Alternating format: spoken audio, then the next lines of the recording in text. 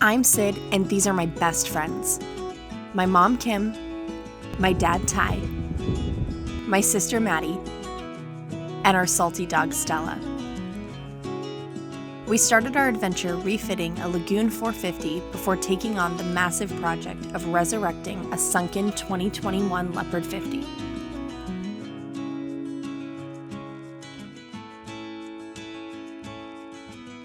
It's been one heck of a ride, but we're on this adventure to die with memories, not dreams, and live dauntless.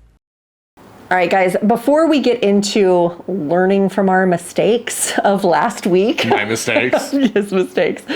We wanted to take a quick minute and say a huge thank you to all of our patrons. Thank you so much.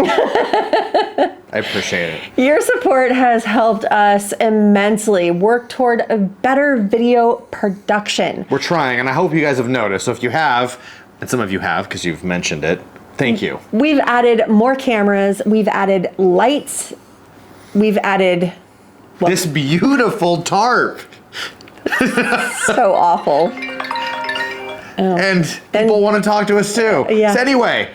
We've added lots of things to make our videos better, and we could not have done it without you. Yeah. So thank you for all of your support. We love you. Yes, thank you. And stay tuned to the end, you patrons, to the end of the video. I've got a surprise for you when we get there.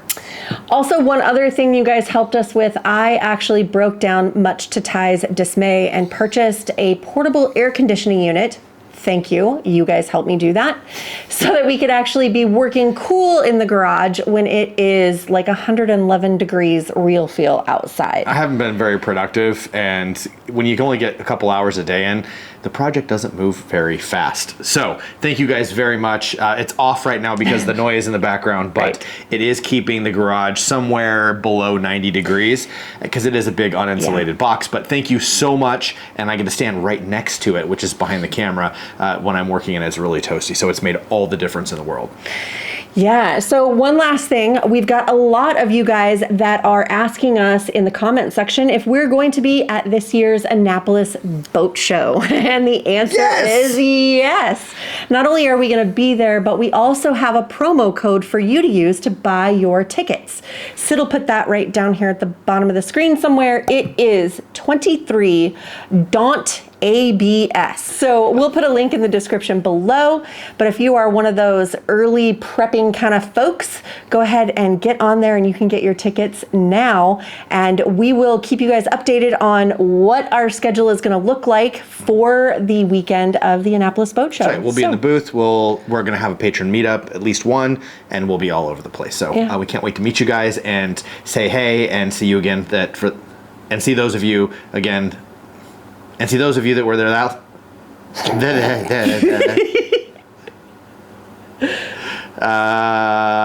so anyway, we can't wait to meet up with all of you again this year, and we hope to see you at the show. Yeah. All right, so now it's time for Ty to use the right tool for the job. That's right. So let's get into it. All right, get out of here. I know you got work to do. All right. Thanks, babe. All right, she's off. Okay guys, I'm here with the right tool for the job, and that's what I've been leaning on. This is the new enclosure. That's the extended enclosure that covers the extended Xtool. So I'm gonna be able to make this in one cut, and I'm super stoked about that. So first thing I've gotta do is take this big piece of material. I bought extra. Well, one, it was all they had left, and two, just in case I mess up again, I've got an extra one so I can actually get it done this week. So I'm really excited about that. So I'm gonna go over here to the table saw. I'm gonna cut this down to the final finished size. So what I'm gonna do is a test run so you're able to see what the laser sees, and we're gonna do some registration points.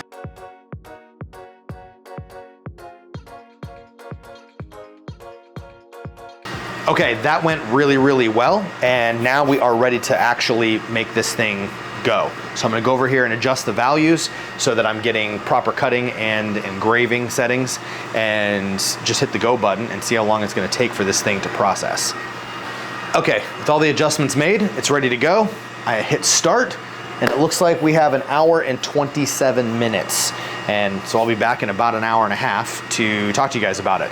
I have this vented outside, so we're getting all of the exhaust and the smoke is going outside the garage safely. And we are just steps away. So I'm gonna be monitoring this and coming and taking a look at it every minute or so.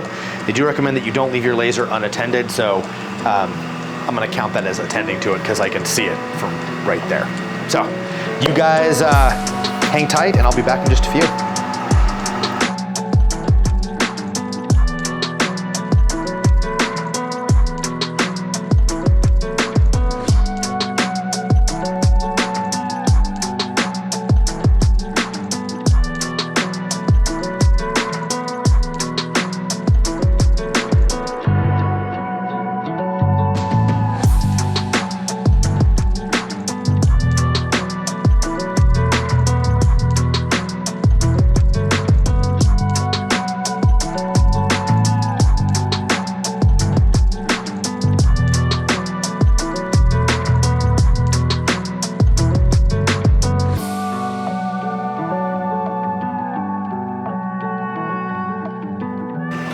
All right, it has been an hour and 38 minutes because it lied. It actually takes longer than it says it does.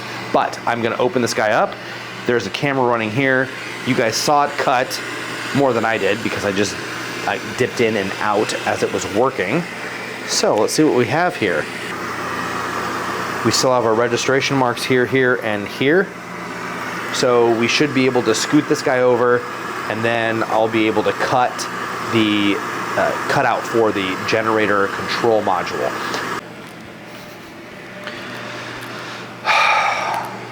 And now the moment we literally have all been waiting for. All right, let's open this guy up.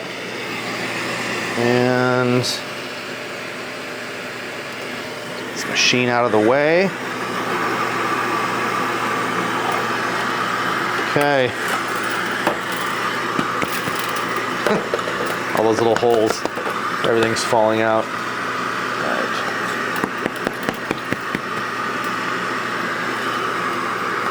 All right, guys. I think that is gonna do it. Better. Okay, so before I get on to tomorrow, the reason why this panel is 1/8 of an inch thick is because all of the bezels or the recess depth for mounting on a Blue Sea switch is 1/8 of an inch thick. So we need that to properly bed the distance of the top bezel so that it flushes up to the top of the panel. I'm then gonna go through tomorrow. I'll take my countersink bit and countersink all of these. My preference and your guys' vote by overwhelming majority is going to be for recess screws. So I'm gonna handle that, but I'm gonna show you how I'm gonna reinforce this panel so that when you swing it open and closed on the boat, it doesn't do this with 50 pounds full of gear in it. But that's gonna be all for tonight. Thanks for sticking with me, and second time's the charm. See you guys tomorrow. Okay. All right, good morning, guys. We are now gonna venture on getting this panel reinforced. So I'm gonna ask my lovely assistant to peel off the backing on here. Peeling sunburns and film off of things is one of Kim's favorite hobbies. She loves it, right? Yeah. So anyway, I think the fun is about it. it is. And another nice thing about having... Oh shit! Oopsie. She's over here breaking stuff. Okay, the other cool thing about having the back of this panel glossy is that I believe that the weld solvent that allows you to weld and attach acrylic to itself bonds better with a nice smooth clean surface versus the textured side. So what I'm gonna do next is, I had a prop for you, apparently I don't. I've got some 1/2 inch thick material that I'm going to add to the back of this 1/8 inch thick panel to add some more reinforcement and strength, because obviously this 1/8 inch thick panel is extremely floppy and I couldn't hang 30 pounds of breakers and 20 pounds of wire off the back of it. So She'll be done here in a minute. I'm going to break down the laser because we're not using the laser for any more parts on this section. Everything's gonna be 1/2 inch thick material, which this laser cannot cut 1/2 inch material. So it's gonna be old school table saw, glue and solvent to make this happen. I might be doing a backer plate on this where I will just cut out the space that the equipment occupies on the back side of the panel. And if I end up doing that, I'm actually just gonna use the shaper and route those spaces out to get that nice thick support panel on the back side.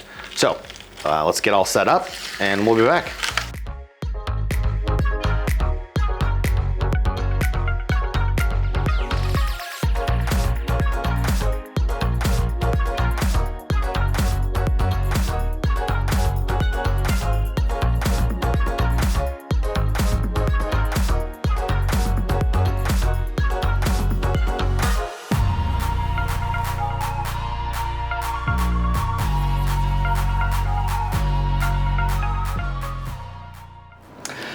Okay, I think that's gonna be a win. I'm gonna peel this off of here just so it's not visually distracting.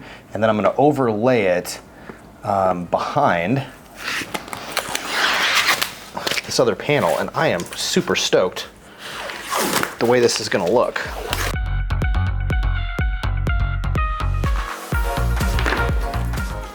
All right, so here is, you can see, this is the dull side. So this obviously is the front. Matte, and then I'm going to turn it over on its back. I'm going to lay this over top of this opening. Okay. I left a little slack at the bottom.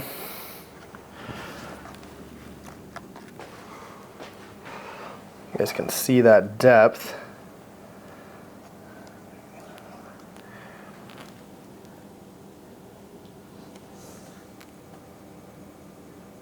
Okay, let's prop this guy up and see how a breaker fits in there.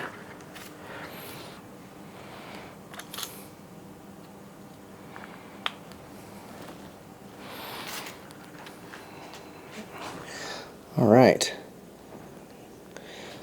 that fits nice in there. Still have a little bit of clearance on either side.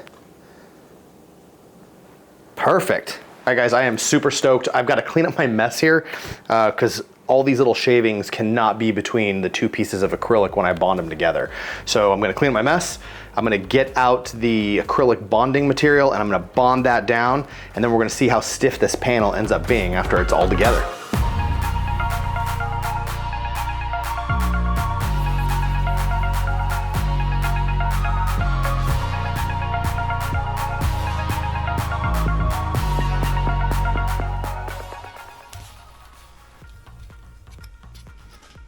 Make sure that the backer doesn't block where the openings for the breakers are going to be. All right, that is it. I'm gonna put a piece of heavy acrylic over top of it, put some weight on it, I'm gonna let it sit, go grab lunch. All right, guys, I have now let this sit long enough that I'm pretty sure the solvent has evaporated to an appropriate strength that I can handle it. Off camera, I went in and just drug this needle on this adhesive or solvent bottle around all the cracks on the backside just so I got a little bit more of that wicking to make sure that I had a good solid bond, weighted it down, waited some additional time. So just make sure that you give plenty of time on this. Now, what's next? Well, next is gonna be hinges, and I have decided to use a Blum soft close hinge to hinge this guy so I can swing it in and out. Now they're rated to 65 pounds on a door this size with 2 hinges, but I decided I'm gonna go for 3 because, well, it's gonna be heavy. I don't know if it's gonna be 65 pounds or not, but there's gonna be a lot of stress on it, and I'd prefer more strength and reinforcement the better. Now, the hinge I'm gonna use is called an Inserta, and I'll have Sid put a picture here somewhere. And Inserta is just like a regular Blum mount hinge with a 35 millimeter, which is just shy of 1.5 inches by 13 millimeter, which is a 1/2 inch deep pocket or puck hole. And then normally you would drill 2 small holes and run screws in to hold it in place. The Inserta is a little bit different. You actually drill, instead of a tiny hole for the screw to go into, you drill or bore an 8mm hole that kind of a retainer pin goes in. And this pin goes down on the inside, and as you fold the closing mechanism on the inserta, it pulls a plug up and expands a rubber boot that's going to grab the inside of this cut hole that I make. And I just decided that I'd really prefer to do that than try to drill and tap this, and it's just a beefier, larger grip point on the inside. Of course, the other reason I was able to use a Blum hinge is the fact that I've got this 1/8 inch acrylic on the face of the 1/2 inch acrylic, and a Blum hinge takes a full 1/2 inch of depth to be able to mount it. So I'm going to drill 35mm in 2 8mm holes with the Shaper Origin, which is my little handheld CNC. I'll be able to do that, and that'll go all the way through the back layer, but still be hidden by that front 1/8 inch. All right, I'm gonna put on my safety gear and hook up the hose and make this happen. Then I'm gonna get into reinforcement after that, and that's actually gonna be kind of a cool, this thing starts to take 3-dimensional structure at that point. So, let's go.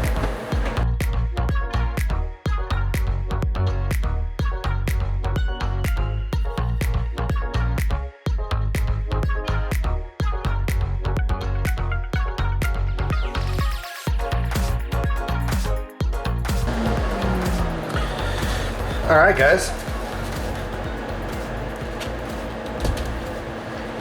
There you go. We have, catch it in the light. Fancy. Now this guy still, if you see, there is a little bit of flex to it. It is pretty frickin' sturdy. But around here, if we can build it, we can overbuild it. So my goal is to be able to get these breakers set in here, and then thinking I'm going to take this residual material that is left over from cutting out these slots, and I'm going to put rigid pieces like so. You can see why I had to do these holes with this machine first, because once I glue this on the back, obviously there's no room for the tool anymore. But I'm going to try to show you here on this camera. The idea is that these are now below this section here, and the ones that are up a little bit higher, which would be this guy right here, that section of material where those stacks of bigger breakers are going to be, we can add some additional material up here to get it higher. Now the point of building all that up like that is so that when I'm running the wires through here, I've got a couple different ideas, and I'm not sure exactly how it's going to work out in the end, but one of two things could happen. One, I could take some clear acrylic and I could drill and tap over top of these channels to be able to keep all of the high voltage behind cover. So when you do open this up to service anything in there, like my old boat, your arm isn't brushing by 240 volts or 120 volt high voltage, or for that matter, 48 volt. Because I did get grazed once or twice and it got my attention. So I'm thinking that these ribs here, with another cap at the end, there's no room to pull the wires off the bottom of this panel, this being the bottom, this being the top. So everything's either going to come up around and feed in, or this direction, to the hinge side. Or if I don't do any covers here, or intermittent covers, I should be able to get the wires off of these breakers in these channels, and then loom them collectively in more manageable sizes, and run that to the hinge side of this door so that I can put some supports on the inside of the cabinet. So when I open this guy up, the additional wires will stretch properly, but we'll be able to open the door without stretching or putting pressure on those wires. And then when you close it, I'd like to see these wires gently fall back in this open cavity, still supported on one side and then supported here. So if they come across the sections, these intermediary sections, I can probably drill and tap some restraint, into the end of this and put some restraints or maybe spaces for those zip ties that have a hole in them that you can loop over, screw down on one side of the zip tie and hold it so I can change them out.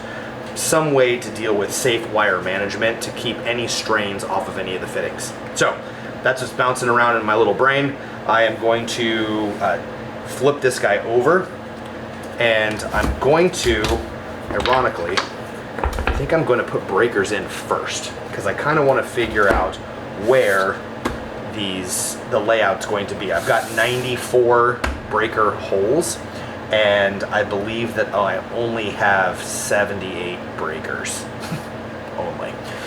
So my idea again is, again, not final design, but my idea is this, is that let's say that this top section is 240 volt. Then I'll give a space and I'll cut some inserts that I can screw in with screws for blanks, maybe give 1 or 2 spaces, and then we'll go to maybe 120 volt circuits, and so on and so forth. We're gonna have 5 different voltages on the boat. We've got 240 volt AC, 120 volt AC, 48 volt DC, 24 volt DC, and 12 volt DC. And this panel, of course, has to control and switch all of those. And I'd like to have them evenly labeled as possible. So the reason for the extra spaces, again, is so that I can separate these out, properly label them. And then if we ever want to change or I need to move some things around, I'm not locked into a specific panel, because we've all seen it where you've got a really cool, pretty boat panel. Yes, electrical panels can be pretty and sexy. And you decide you want to add the latest, greatest thing to your boat, or there's a new recommended safety item or what have you, and then somebody goes over here and drills a random hole, puts in an unmatching switch because, well, that's the only space they had. I'm trying to avoid that and future-proof the electrical panel. And I think it's coming along quite nicely. So I am going to get out the drill and my countersink, and I'm just gonna go to town on all of these little tiny holes.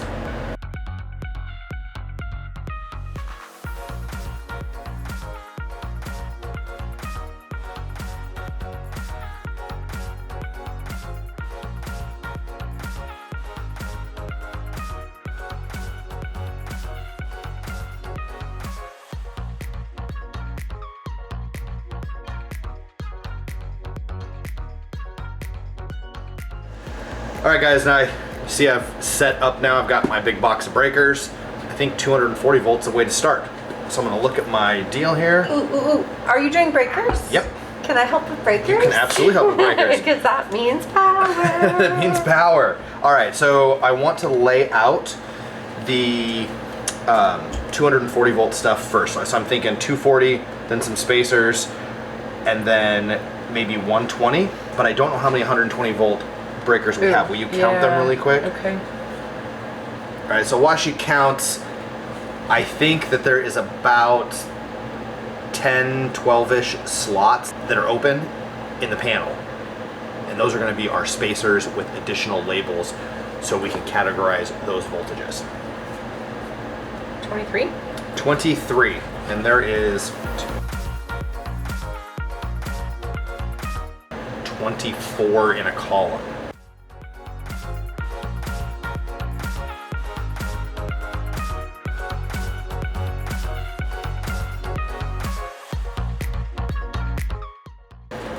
Hey, Sid.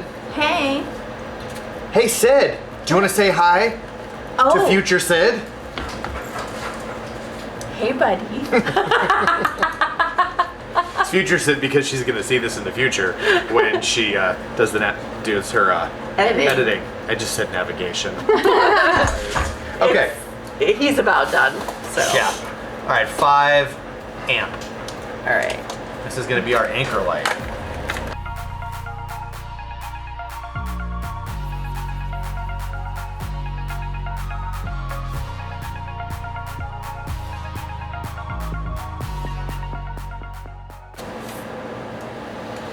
All right, so we've got a few breakers, as you've noticed, that are on back order, and we've made some alterations. There is going to be about a dozen gaps in here that we may end up shifting some stuff around, but this is going to be things are filled in enough on either end that we're able to do our additional supports.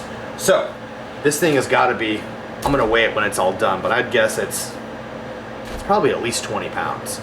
And I'm pretty confident that those hinges are gonna hold it. But in the meantime, I'm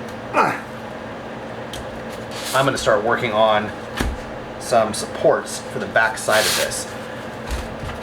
I am going to take some measurements and kind of stack this stuff up, but these pieces again are going to go in between to provide some rigidity and support.